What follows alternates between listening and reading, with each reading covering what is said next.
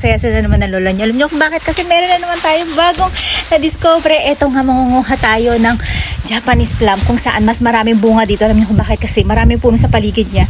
Kaya hindi siya na-damage masyado ng ulan. Kaya mangunguha tayo. At syempre, hindi mawawala yung ating magic hand. Ano siya? 梅干しですよね。なんかガラスの瓶に入れて。なんかしょっぱいスープのため、ね。さっきちょうどシソの巣のつけるやつ買ったですね。マルコこれ見せて。もうそろそろ黄色だよね。そうだね。あと明日は台風ですよね。あ、そうね。多分落ちるだけよ。Ang dami guys. Original. 前は飲んで結構取り切られたけんが何とも言えんので、今は最近は全然取りこらない。ああ、大丈夫ですよ。どうぞ。待ってで。いっぱいなってるね。結構なっとんね。すごいガイス。やと思ったような。すごい。すごいguys. 色づいて帰るよ。Alam niyo kung bakit guys madami dito? Kasi hindi siya tinatamaan ng ulan. Ah, my gosh! Sugoy! Sugoy yo. Mite! Chiga, kukusay ko yo. Hora, hora, hora, hora, hora, hora. Sugoy. Tingnan niyo yan. Oh, diba? Diba, dito ko lang talaga na-enjoy guys yung sobrang saya. Ayun, ang dami pa dun sa kabilang puno at hanggang dun guys. Tapos wala na daw nangunguha. May orange pa nga eh. Ayan oh, may orange pa. Grabe guys, buti na lang. Nakabili tayo ngayon guys ng syrup para dun sa ating gagawing kari-kari kasi nagkamali ako. At napaalat yung ginawa natin na kari-kari. Nakita nyo yung presyo nito kanina guys. Napakamahal. Tapos dito tingnan nyo. Oh, sayang hindi na aabot yung padala natin kay Jo, sa ating kaibigan na nasa Hokkaido. Gusto ko din sana siyang bigyan. Ang problema, na-i-box ko na yung ating kahon na ipadadala sa kanya. Ayan. Oh, kada bali-bali na yung ating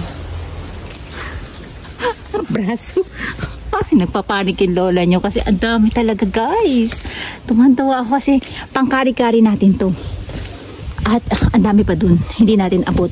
So kay papa natin papakuha. Kasi nasa kanya ngayon yung ating magic hand. Pasok pa tayo dito sa area na to. Hoping ay walang sawa. Kaya nag-iingay tayo. Dami guys. Grabe.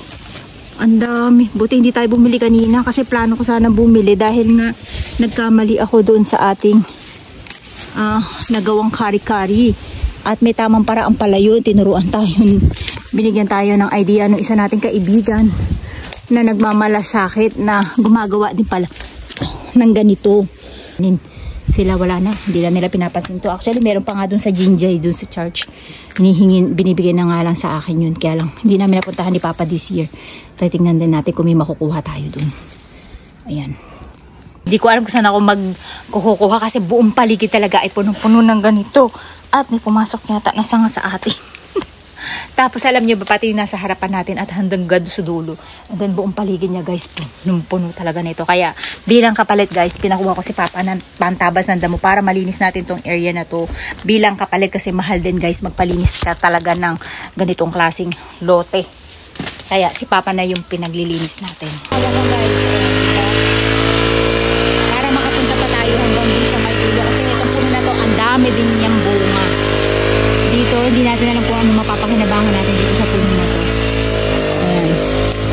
Ayan natin dito. Kasi baka may mga sawa-sawa, nakakatakot. Guys, ang dami ang puki. Tapos sa sawa ko, pinapatay lang.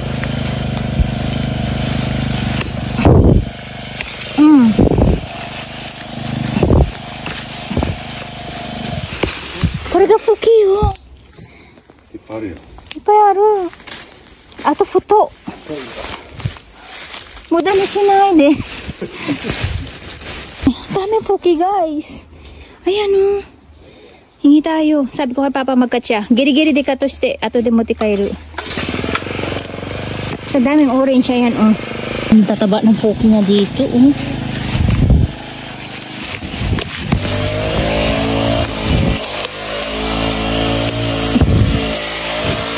taba ng puki niya, hindi ko maputol.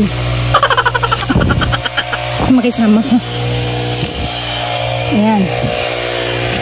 So ayan guys, nakahingi tayo ng puki at ayan nga lahat yung parang gabi na yan ay mga puki. Sana bigyan na lang sa atin tong lote na to, no? Pag nalaman niya interesado tayo, sabihin, sa inyo na lang yung lote na yan, gusto nyo. Diba? Tayo na magme-maintain. Ayan. Uwi na tayo at nalinis na rin ang asawa ko unti-unti. Ayan, naputol niya na rin.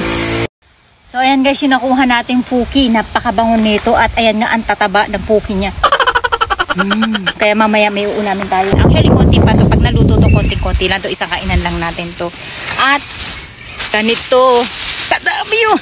Nakuha natin pickle ngayon. O yan, Japanese plum na ipipickle natin guys. Ayan, ang dami. At ang dami pa nating tinira na isang puno. Tapos yung nasa gitna ay ang dami niyang bunga sa pinakaibabaw. Hindi na natin siya kinuha kasi hindi natin siya abot. Kaya ang kinuha lang natin ay etong abot lang natin.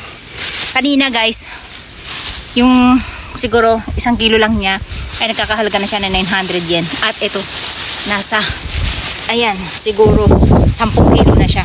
Ganun kami yung nakuha natin. At sisimulan na namin yung aking farm. Actually, tatapusin natin ngayon dahil may bagyong bukas.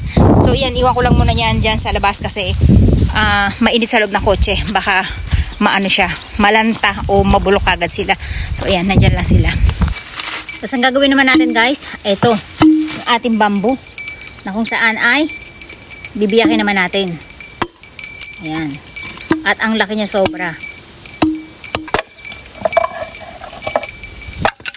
Hatiin natin siya sa 4. Para matibay-tibay, di ba? Ayan. At marami-rami tayong gagawin. So ayan guys, pagka uwi na bahay, ang ginawa ko kagad ay hinugasan kagad natin siya at tinanggalan ng tangkay kung saan ay hinahanda ko na para kinabukasan ay gagawin na lang natin. Abangan nyo na rin yung bago nating recipe sa paggawa ng kare-kare umeboshi kung saan ito yung masarap na papakain dito sa Japan at abangan nyo siya sa aking YouTube channel. That's it guys!